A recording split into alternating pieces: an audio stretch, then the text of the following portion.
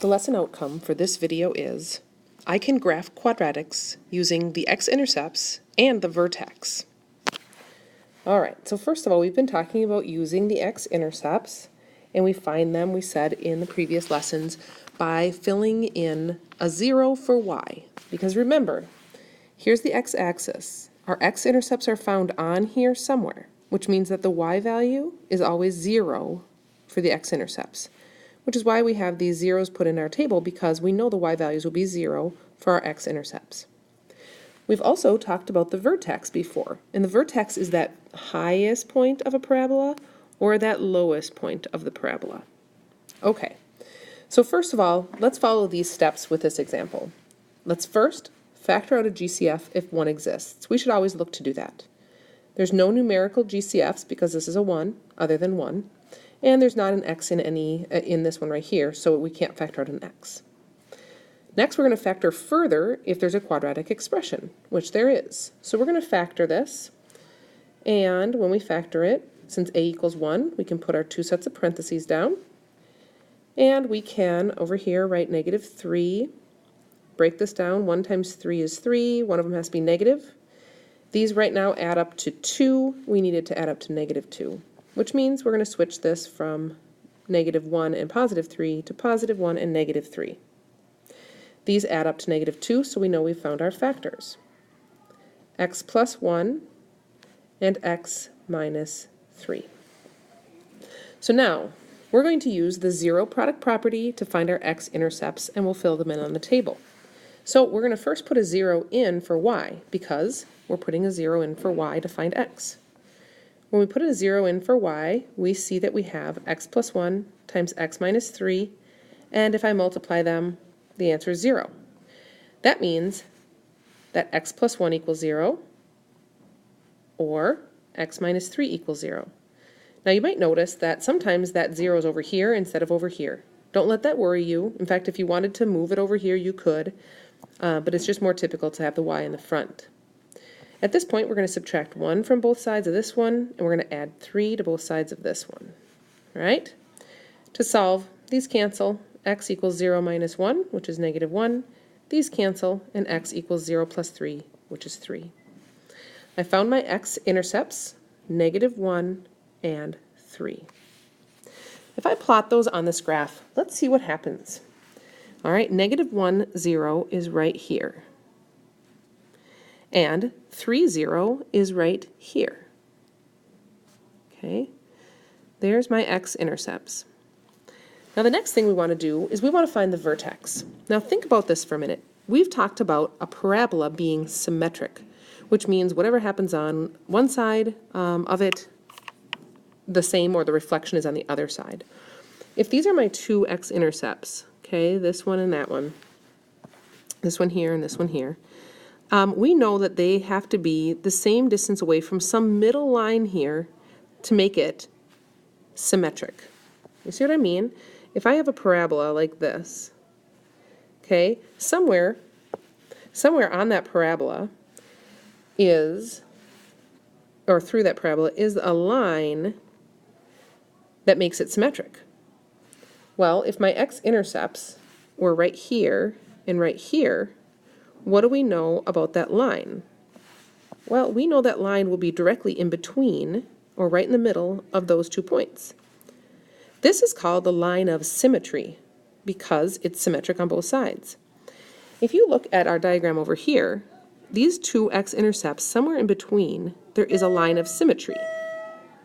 And on that line of symmetry will always exist the vertex. Notice right here. Can you see this down here? Right here I am. Right here, this will always be, the vertex will always be on that line of symmetry because it is the middle of the parabola.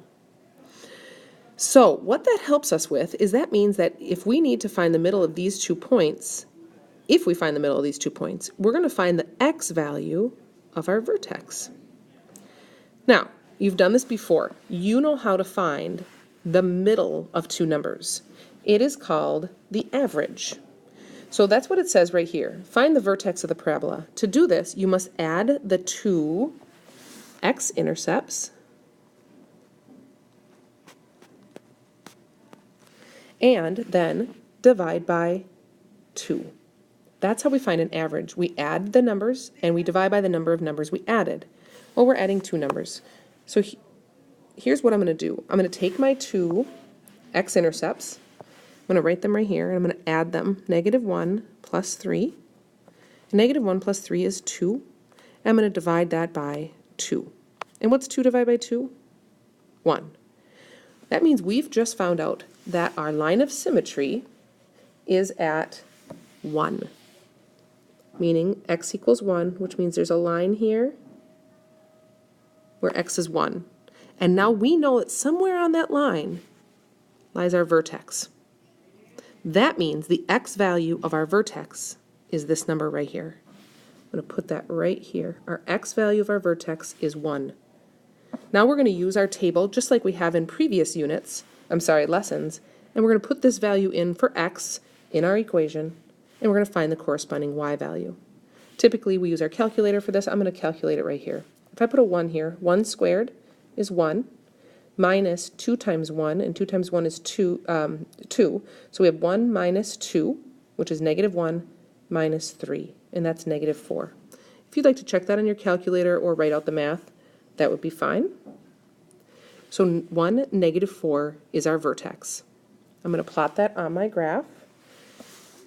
Okay. 1 from the origin, 1 to the right, and -4. It's going to be right here. So I'm going to plot that point right there. 1, -4. And now we are able to draw our parabola just like we have in our previous lessons. There's my parabola. Okay, let's try one more of these. So first of all, we have y equals 0.5 times x squared minus 5x minus 14. Remember, we don't have to worry about this part right now at all. We're going to factor this, and we're going to find our x-intercepts when y is 0. So we're going to go ahead and put a 0 in for y. That will help us find our x-intercepts, because x-intercepts always exist on the x-axis where y is 0. So we have 0.5, and now we need to factor this. Now since a is 1, we can just factor this by writing our -14, our c value, off to the side. And we know that 1 times 14, one of them needs to be negative, and 2 times 7, and one of them needs to be negative, are factors of -14. This factor pair works to get us +5, but we need a -5x. So we know that we need to change that to positive and that to negative. And now we have our factors to put in the parentheses. So x plus 2 and x minus 7. We will now use the zero product property because 0 is equal to 0.5 times x plus 2 times x minus 7. If 3 things are being multiplied together and we get 0, one of those 3 things needs to be 0. Obviously this is not. We don't have to worry about it. But we do have to write that x plus 2 equals 0 and x minus 7 equals 0, and we are able to solve these. All right, those cancel. We get x equals -2, and these cancel. We get x equals 7. Our two x-intercepts are -2 and +7. I'm going to plot those 2 points on our coordinate plane. -2, 0 is right here, and +7, 0 is over here. All right, now at this point we need to find our vertex, and that is again what we are going to put in this last row of our table. To find the vertex, we know it has to be midway between these 2 points, somewhere on the line of symmetry that comes through the middle somewhere here. To find that x value that we know the vertex lies on, we're going to find the x value by averaging these 2 points. Again, if we add these 2 values and divide by 2, we will find the middle value. So over here, I'm going to go ahead and write -2, one of my x-intercepts, plus 7, and -2 plus 7 is 5. Now remember, we need to divide that by 2 because we're finding the average, so divide by 2, and 5 divided by 2 is 2.5. Now it's okay if our x value of our vertex is a decimal. That's no big deal. So let's go ahead and put that in our table. We know x is 2.5. where our vertex exists. And notice that 2.5, if we go on our graph here, 2.5 on the x-axis is right here, 2.5. So we know there's like a vertical line that we can kind of visualize right here that will divide the parabola into two symmetric parts. Somewhere on that green line exists our vertex. Again, to find it, we're going to plug x equals 2.5 into our equation, and we're going to find our corresponding y value. Again, to do that, we can use our calculator. Okay? Calculator. All right. Go ahead and compute that. All right, and when we plug in 2.5, we actually are going to get negative 10.125. And it's okay that it's a decimal answer. We will be able to plot that just fine. It's just slightly smaller than negative 10. So on this line right here, because that's the 2.5 for our x value, so 2.5 on the x, and we need negative 10.125 on the y, which is just slightly below negative 10. That point is going to be right about here. Okay. Now that we have our vertex and our two x-intercepts, we are able to graph this parabola as such.